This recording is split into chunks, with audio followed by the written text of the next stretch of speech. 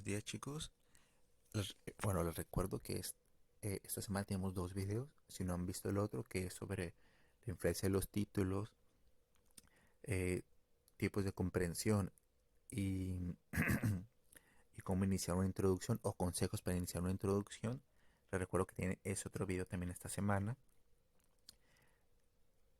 Este va a ser, digamos, los dos temáticas fuertes que vamos a ver: el lenguaje oral y con sus funciones, y los tipos de texto, que es un tema muy rápido y muy sencillo, principalmente porque lo manejaba el semestre pasado, y en este digamos que solo va a ser un repaso, ¿no? Antes vamos a ver lo que es el círculo de comunicación, que ya seguramente ya lo han visto varias veces, que es, de hecho aquí les puse una imagencita, es este, ¿no?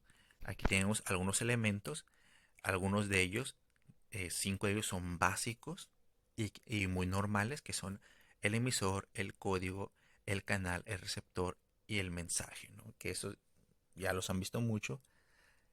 Aquí yo les agrego uno más, que es la parcela común, que esto lo van a ver ya los que ven a literatura, a lingüística. Sin embargo, es muy importante que también lo sepan, ya que también pertenece a lo que viene siendo este círculo de comunicación, ¿no? El emisor, pues ya sabemos que es la persona que da el mensaje.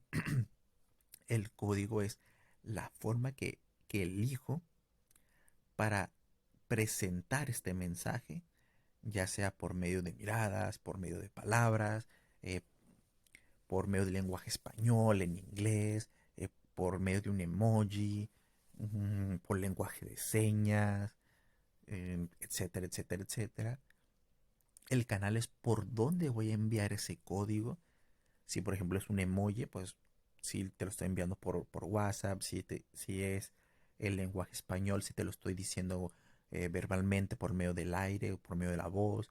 Si te lo estoy escribiendo en un papelito, si te lo estoy enviando por un mensaje de texto. eh, si vemos aquí, estamos viendo el código y su relación directa con lo que es el canal, ¿no? Que es por donde se envía. Y el receptor es la persona a que le llegue este mensaje, ¿no? Y el mensaje es obviamente por lo que vamos a decir. Supongamos que tenemos dos personas que están usando el código, pues de la lengua española o del español. El canal lo están usando el aire porque están ahí frente una de la otra y están hablando directamente, ¿no? Entonces el emisor, por medio de la lengua española, le habla con su voz que viaja por el aire hasta llegar al receptor, y el mensaje es, tal vez no es un hola, ¿cómo estás? ¿Se le hiciste la tarea? Y la parcela común, digamos que es la información que ambas personas, tanto emisor como receptor, conocen para hablar sobre ciertos temas. Este, como les digo, principalmente habla o se trata de lo que es la lingüística, que es sobre persona A y persona B conocen de cierto tema. Suele ser algo confuso lo que es la parcela común, pero podemos definirla como, bueno, les voy a dar un ejemplo que pasó. Un ejemplo que pasó hace, bueno, no me acuerdo cuándo, pero me acuerdo que estaba en la escuela como maestro. Y después, si ven, bueno, perdón, si ven las dos cafeterías que están ahí, pero se me olvida que ustedes han estado en línea, perdón. Hay dos cafeterías cerca de la facultad. Bueno, creo que hay tres, pero hay dos muy cerca de la facultad. Una directamente está al ladito y otra está después de deportes, ¿no? Nada más para darle como el panorama. Y la que está después de deportes, pues tiene mucha más comida. Bueno, antes tenía mucha más comida, más variedad, muchas cositas así. Y muchos solían ir allá y le dicen pues la cafetería, ¿no? Entonces había un grupo de alumnos que estaban hablando de ir a comer a esa cafetería. Y posterior, que pues ya estaban la cafetería de deportes, la cafetería de deportes, la cafetería de deportes. Pero para evitar estar diciendo tanto así, pues le empezó a decir la cafetería ellos mismos en esa plática, ¿no? Llega una compañera que no, que no iba a mi clase, pues ya después, como yo tenía una clase en el salón, pues yo me había quedado ahí, ¿no? Entonces ellos estaban hablando pues de irse a comer a la cafetería, ellos refiriéndose a la cafetería de deportes. La muchacha dijo, ok, déjenme voy al carro por mi dinero, por mi cartera, creo que había dicho, y yo los alcanzo. Esta muchacha había llegado ya después de que ellos estaban hablando de la cafetería de deportes, ¿no? Ella escuchó nada más que iban a la cafetería. Entonces, pues ya al ratito ya llega y dice, profe, no sabe dónde se fue tal. Yo, pues fueron a la cafetería. Y he dicho, es que yo fui a la cafetería y nunca estuvieron. O ya no estaban. Y yo le dije, ¿a cuál fuiste? Ah, me dijo, pues fui a esta. Y dije, ah, mira, es que ellos estaban hablando de la cafetería de deportes. Entonces ahí entra la parcela común. Los que estaban desde el inicio en el grupito, ellos ya sabían o tenían su parcela común que cuando decían la cafetería, no se referían a cualquier cafetería o a la cafetería que estaba más cerca, sino que están refiriendo específicamente a la que está en deportes. Entonces, eso se llama parcela común, que es un conocimiento que todos los hablantes hay, que cuando dicen, por ejemplo, la cafetería o vamos a comer allá, cuando dicen allá ya saben específicamente qué lugar es, eso se llama parcela común. Entonces, esta muchacha estaba fuera de la parcela común, por eso el mensaje, aunque le llegó el mensaje, ella no pudo decodificarlo adecuadamente.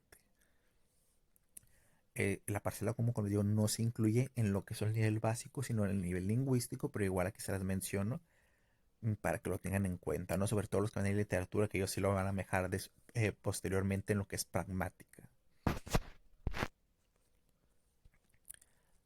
Aquí, como lo vieron en la materia pasada en estrategias de lectura, y posiblemente también lo vieron en prepa, el lenguaje oral y escrito tienen pues varias funciones, ¿no? Aquí vamos a ver, digamos, las principales y donde se desenvuelven, digamos, sus funciones, que a veces no nos vamos a centrar aquí, no vamos a poder a vernos su función ni mezcla nada de eso. Aquí vamos a ver lo que son las básicas y las más usadas. También las vamos a estar viendo por ambos nombres. Algunas tienen más nombres, pero los más conocidos aquí se los puse, ¿no? Esto porque, una aclaración, esto porque pasa de que alguna tenga dos nombres o que incluso alguna tenga que algunos autores lo dividan, va directamente por eso, por diferentes autores, ¿no? De que un autor del, de 1980 a lo mejor tiene 7 funciones básicas, mientras que uno del 90 tiene solo 6, porque una la juntó. Aquí les estoy viendo digamos, las actualizadas más básicas y el cómo se divide. La primera que vamos a ver es la denotativa o referencial, que esta se basa en la realidad de los hechos. Se puede decir que es hablar de manera objetiva o hablar de manera literal, ¿no? Algunos ejemplos es: la clase comienza a las 7 y los gatos son felinos. Si ven, estas son frases que se basan directamente en lo objetivo, en la verdad, y se basan en eso, ¿no? En la objetividad, en que la frase sea igual para mí, para ti, para el vecino, para el conserje, para el doctor, ¿no? Si ustedes son, creo que 30, 40, no me acuerdo cuántos son en el grupo, la frase, la clase comienza a las 7, es entendible, todos vamos a entender exactamente lo mismo, que la clase comienza a las 7, ¿no? Si decimos que los gatos son felinos, todos vamos a entender lo mismo, que los gatos pertenecen a la familia de los felinos. Frases basadas en la objetividad. Emotiva. La emotiva va directamente o se basa directamente en las emociones o estados de ánimo que presenta el emisor. Me parece bien, odio que dejen tarea. Aquí tenemos estos dos ejemplos, ¿no? Estos van directamente en el sentimiento o el estado de ánimo o el estado de pensar de esta persona en particular. Bueno, creo que esta está sencilla. El siguiente, que tal vez sea uno de los que suelen confundirse, que es el estético o el poético, o sea, la función poética o la función estética, que este es directamente para embellecer. Si el primero se basa en la objetividad, el segundo se basa en las emociones, este se basa en lo bello del mensaje. No importa si el mensaje es claro, como el primero, se basa mucho que el mensaje sea totalmente claro. El segundo se basa mucho en las emociones y que la emoción sea clara. No me gusta, me siento mal, odio, me encanta, etcétera, etcétera. Mientras que en el poético simplemente es que el mensaje sea bello. Si se entiende, pues sí, que bueno, que malo, ni modos. Si la emoción que se presenta es clara, pues qué bueno, si no, pues ni modos. O sea, no afecta que el mensaje no se entienda y que la emoción sea confusa, mientras que suene bonito. Aquí tenemos varios ejemplos que son sacados de canciones y de poemas. Si vemos, por ejemplo, el primero, ella me dijo, te querré toda la vida, pero su primer beso ya sabía despedida. Si tenemos mm, el mensaje no es totalmente claro, o sea, podemos inferir qué quiere decir, pero el mensaje no es totalmente claro, como en el referencial. Vamos al segundo ejemplo. Ella tenía miedo a equivocarse, yo solo quiero equivocarme una vez más. Si vemos también el mensaje claro, claro, claro no está. También una duda que suele pasar mucho aquí es que confunden la expresiva emotiva con la estética, ¿no? Si la emoción, perdón, no es clara, no puede ser emotiva. En este segundo ejemplo, ella tenía miedo de equivocarse, yo solo quiero equivocarme una vez más. Tal vez para Juan signifique, no sabes qué, mira, es un sentido de tristeza. Tal vez para Mauricio signifique, no, mira, es un sentimiento como de esperanza, así. Y luego María dice, no, mira, es que es como más como añoranza. Entonces el sentimiento y la emoción no está claro y no puede ser emotivo o expresivo. ¿Por qué? Porque lo que está expresando directamente no es claro o todos lo entienden o lo pueden sentir de maneras totalmente diferentes. Entonces, si se basa directamente en lo que es la belleza del mensaje, entraría principalmente lo que es estética o poética. Que recuerden, estética o poética simplemente son dos nombres para la misma función. La metalingüística. Aquí me voy a parar un ratito. La metalingüística es muy fácil, pero suele confundir mucho. Cualquier palabra que tenga meta algo, se trata de algo que está hablando sobre sí mismo. Por ejemplo, todos sabemos que un film es igual que una película, ¿no? Son sinónimos. Un metafilm o una metapelícula es una película de alguien hablando sobre hacer una película o haciendo una película.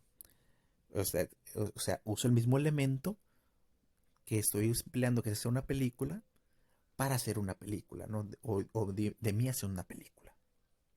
Entonces la metalingüística es usar la lingüística o el lenguaje para hablar sobre la lingüística o el lenguaje, ya sea oral o escrito.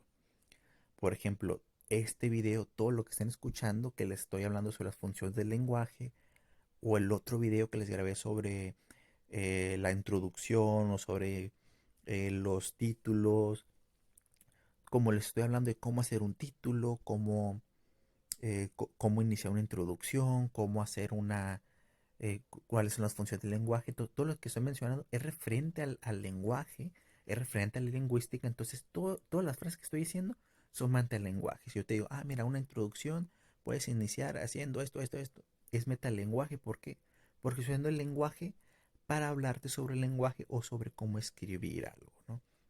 Aquí tenemos un ejemplo que es que lleva tilde cuando se usa para preguntar. Te estoy haciendo el lenguaje, ya sea oral o escrito, o sea, si lo lees, es escrito obviamente, y si te lo digo, que lleva tilde cuando se usa para preguntar, es el lenguaje oral, entonces estoy usando el lenguaje oral y escrito para hablarte a ti sobre el lenguaje, ¿no? Que es diciendo cuando la palabra que lleva acento y cuando no. Igual ahorita que estoy hablando sobre las funciones del lenguaje y cuándo usarlas, también es un metalenguaje. ¿Por qué? Porque estoy haciendo el lenguaje oral, porque estoy hablando para decirte cuándo se usa cada función del lenguaje. Por eso al principio suena como muy confuso, pero ya si lo vas meditando es muy fácil, ¿no? Cuando uso el lenguaje, si ahora hablo escrito, para hablarte del lenguaje, es matelingüística.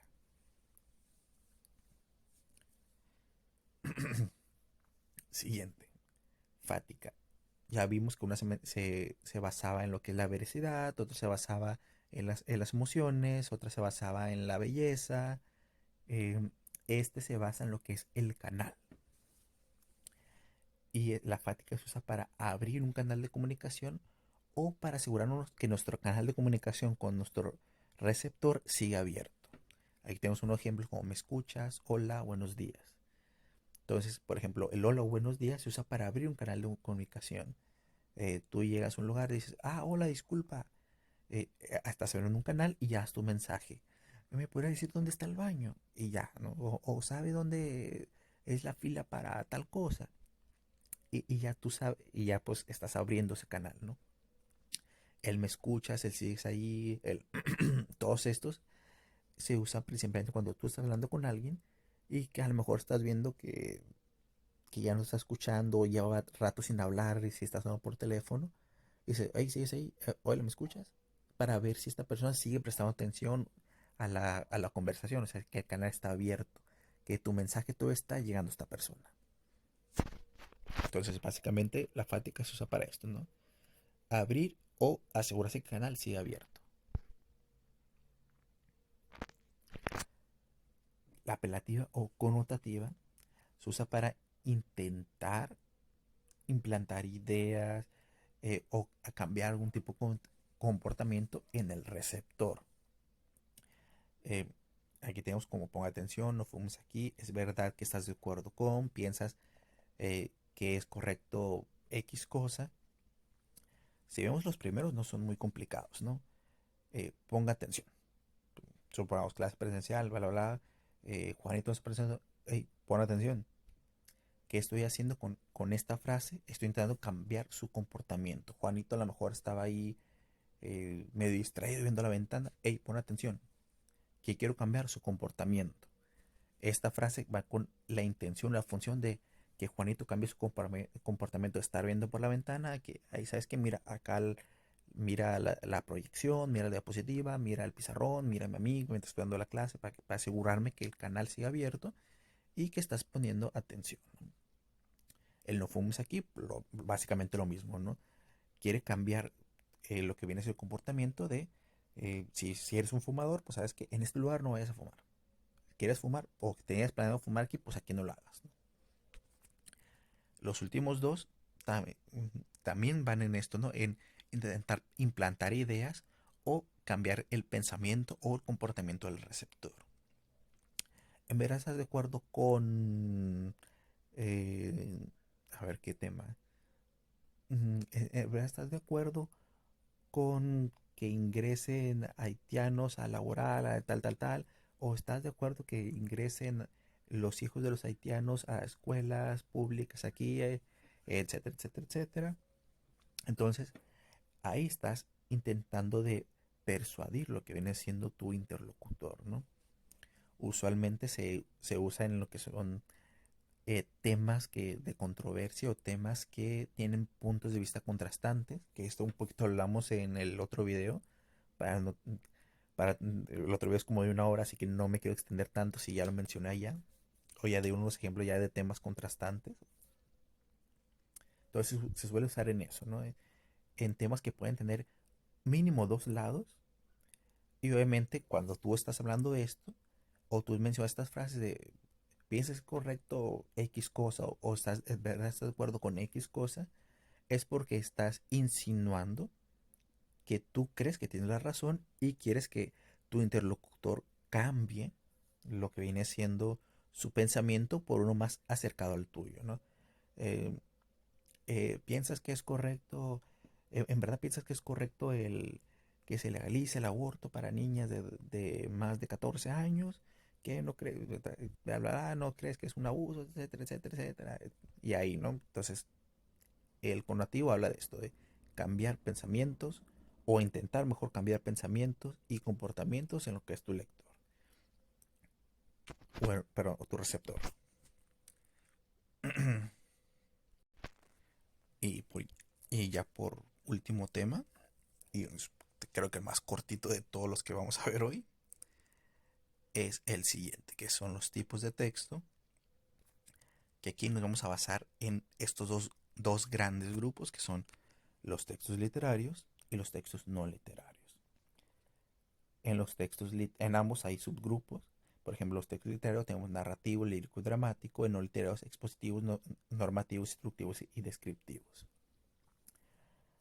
Aquí también en estos hay subtipos, por ejemplo, el narrativo está la novela, el cuento, el, en el lírico está la fábula, la canción, la serranilla, el, la octava real, etcétera, etcétera, etcétera, etcétera.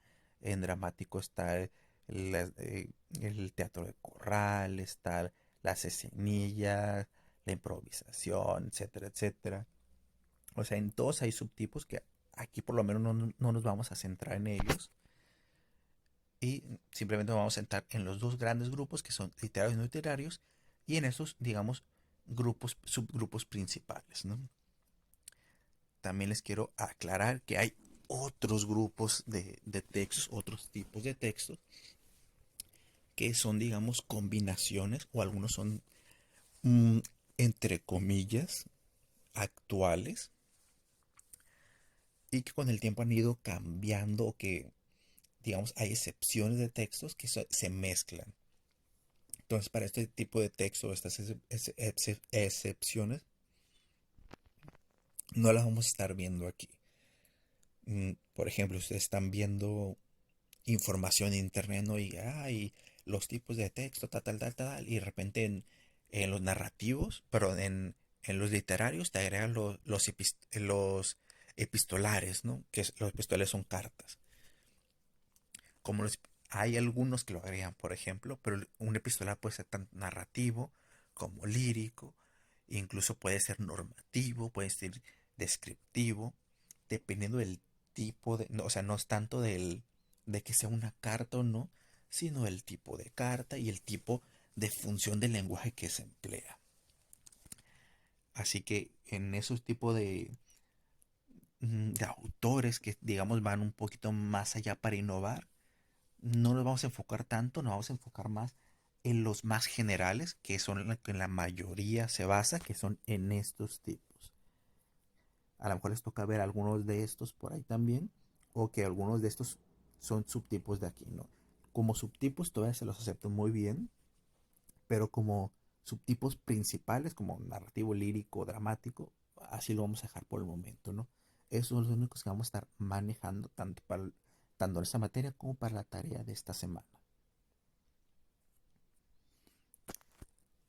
Y si bien así, principalmente, y de hecho también por eso escogí simplemente esos, tanto por propósito, actitud y motivación. Esto se basa en, el propósito se basa en el escritor, la actitud en el tipo de literatura y la motivación en cada persona, ¿no? El propósito es la idea global por la que fue escrito, o sea, el escritor, él lo escribió, qué quería expresar, qué quería decir, qué quería dar a conocer con su texto. Obviamente un texto narrativo y un texto positivo son totalmente diferentes, aunque se maneje el mismo tema, ¿no? Así que aquí va mucho el propósito. El, el, por ejemplo, podemos tener dos textos que hablen sobre la segregación, uno expositivo y uno literario, ¿no? Que, por ejemplo, el de Frankenstein de Mary Shelley habla un poquito sobre la segregación, la separación. Entonces, ahí la escritora intentó de hacer este tema, pero a la vez de entretener y mantener enganchado al lector, ¿no? Mientras que un expositivo a lo mejor fue directamente a dar datos, a presentar de manera más empírica todo lo presentado. Entonces ahí va mucho el escritor y cuál es su propósito. La actitud estaba un poquito más en también es un poquito personal, pero aquí no habla directamente de un escrito, sino de los tipos de escrito, ¿no?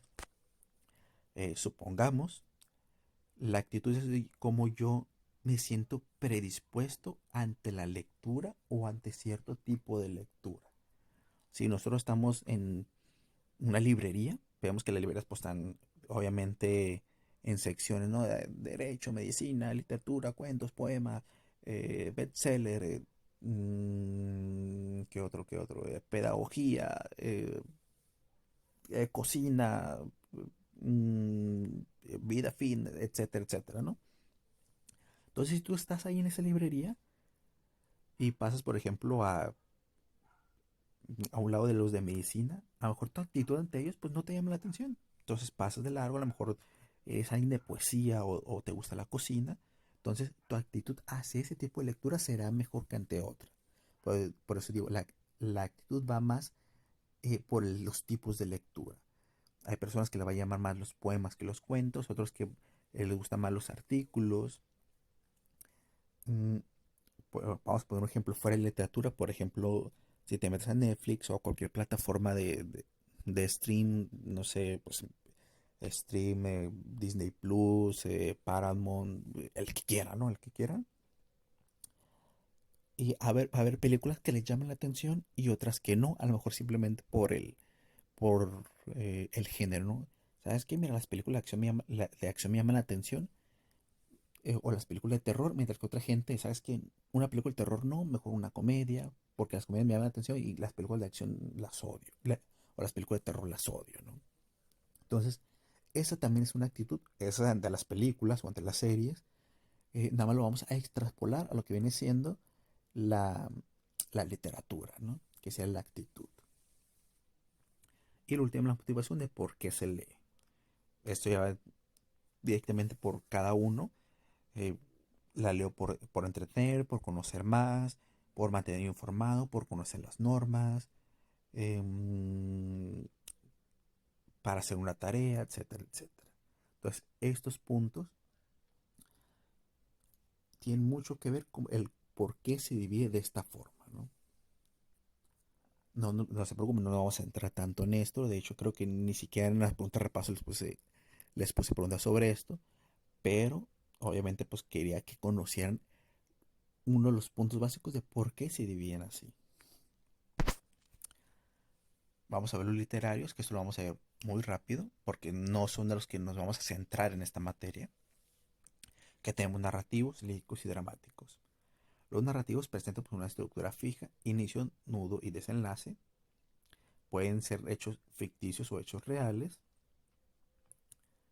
perdón, sí, ficticios y no ficticios, que serían eh, los reales, y su final principal es la de entretener. Tenemos los líricos, que su estructura varía dependiendo del tipo, sin embargo suelen conservar la rima, métrica y ritmo. En la mayoría de las modalidades suelen emplear un lenguaje estético, que es el lenguaje que, pues, que estamos mencionando previamente, ¿no? Y los dramáticos, con una estructura similar al narrativo, pero divididos en actos y sus acotaciones se omiten en la lectura. O sea que tienen ciertas partes que no se mencionan, que son las acciones que tienen que estar haciendo los actores. Y su final principal es la de ser representadas. Como les digo, esta no lo vamos a centrar en esta materia, pero igual, obviamente, para ya el cuadro del trabajo, pues sí les van a tener que emplear, ¿no? Y los no literarios, que estos sí los vamos a estar empleando en algunos casos de esta materia, que son aquí vamos a ver los cuatro principales, de los que después se desglosan algunos, que son los expositivos, los normativos, los descriptivos y los instructivos, que no sé por qué se ahí en medio como título. Los expositivos son de los expositivos son de divulgación científica, explican un concepto o desarrollan un tema, cuentan generalmente con una hipótesis, o sea, con una posible teoría. Su estructura es presentación, introducción, desarrollo un marco teórico y conclusión. O sea, esos tienen que ir siempre en ese orden mínimo, es su orden básico. Entonces, los expositivos Se basan directamente en presentar información, en presentar una hipótesis, en explicar ciertos contextos y ya tienen esta forma, eh, digamos, básica, ¿no? Los textos normativos establecen reglas, procedimientos de acción, ciertos comunicados y se suele manejar un lenguaje referencial, o sea, un lenguaje que todos vayan a entender. Un texto de este tipo, por ejemplo, son ay, no me acuerdo cómo lo pusieron, el nombre, pero estos cuadros que pone la universidad cada 2 o 3 días, diciendo qué grupos y qué clases y en qué salos van a tener. Dicen, el grupo ciento tanto, el lunes va a tener la clase tal, a tal hora, en tal salón. Recuerden, tienen que llevar su mascarilla, su esto. Si presentan algún síntoma de COVID, no vayan. Entonces, ahí se está presentando un procedimiento de acción. O sea, si eres de tal grupo, puedes ir a la clase va a ser en tal salón y tienes que cumplir también con ciertas reglas, ¿no? Que son, eh, pues, tu cubrebocas, no llevar síntomas, etcétera, etcétera, etcétera.